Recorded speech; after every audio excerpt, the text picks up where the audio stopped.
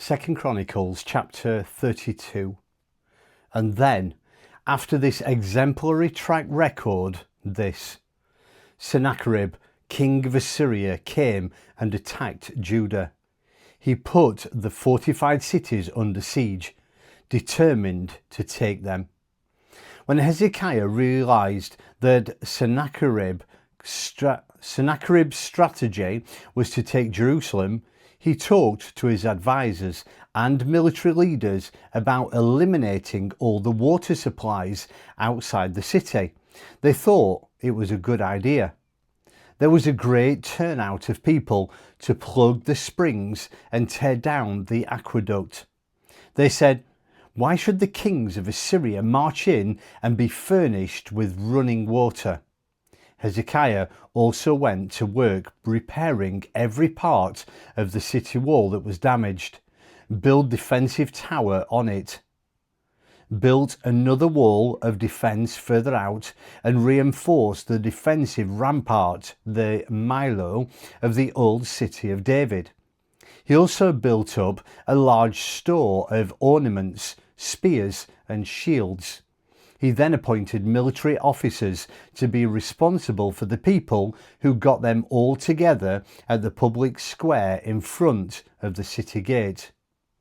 Hezekiah rallied the people, saying, "Be strong, take courage, don't be intimidated by the king of Assyria and his troops.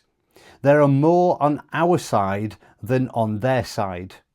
He only has a bunch of mere men. We have our God to help us and fight for us." Morale surged. Hezekiah's words put steel in their spines. Later on, Sennacherib, who had set up camp a few miles away at Lachish, sent messengers to Jerusalem, addressing Judah through Hezekiah. A proclamation of Sennacherib, king of Assyria. "You poor people, do you think you're safe in that so-called fortress of Jerusalem?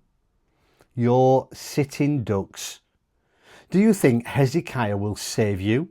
Don't be stupid. Hezekiah has fed you a pack of lies. When he says God will save us from the power of the king of Assyria, he's lying. You're all going to end up dead. Wasn't it Hezekiah who cleaned out all the neighbourhood worship shrines and told you there is only one legitimate place to worship? Do you have any idea what I and my ancestors have done to all the countries around here? Has there been a single God anywhere strong enough to stand up against me? Can you name one God among all the nations that either I or my ancestors have ravaged that so much as lifted a finger against me? So what makes you think you'll make out any better with your God? Don't let Hezekiah fool you. Don't let him get by with his barefaced lies. Don't trust him. No God of our country or kingdom ever has been one bit of help against me or my ancestors. What kind of odds does that give your God?" The messengers felt free to throw in their personal comments, putting down both God and God's servant Hezekiah. Sennacherib continued to send letters insulting the God of Israel. The gods of the nations were powerless to help their people. The God of Hezekiah is no better, probably worse. The messengers would come up to the wall of Jerusalem and shout to the people standing on the wall, shouting their propaganda in Hebrew, trying to scare them into demoralized submission. They contemptuously lumped the God of Jerusalem in with the handsome gods of other peoples. King Hezekiah, joined by the prophet Isaiah, son of Amoz, responded by praying. Calling up to heaven, God answered by sending an angel who wiped out everyone in the Assyrian camp, both warriors and officers. Sennacherib was forced to return home in disgrace, tail between his legs. When he went into the temple of his God, his own sons killed him. God saved Hezekiah and the citizens of Jerusalem from Sennacherib, king of Assyria, and everyone else, and he continued to take good care of them.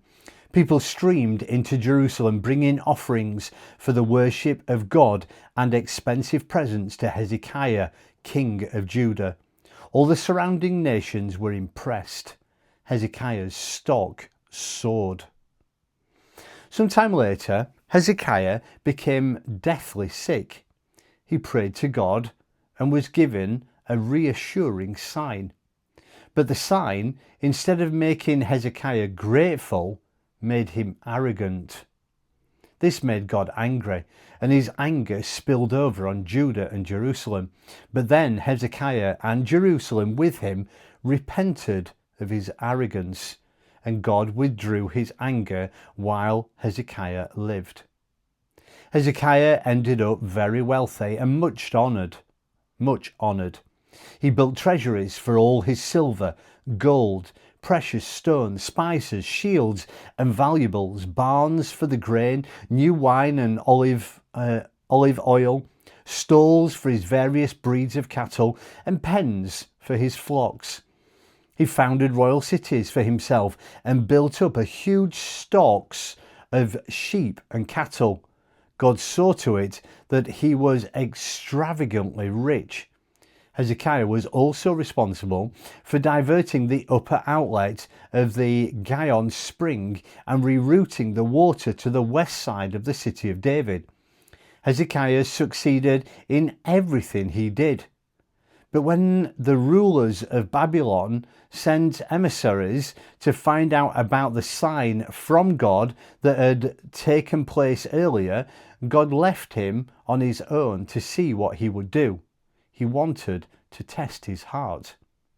The rest of the history of Hezekiah and his life of loyal service you can read for yourself. It's written in the visions of the prophet Isaiah, son of Amoz, in the royal annals of the kings of Judah and Israel. When Hezekiah died, they buried him in the upper part of the King David cemetery. Everyone in Judah and Jerusalem came to the funeral. He was buried in great honour. Manasseh, his son, was the next king.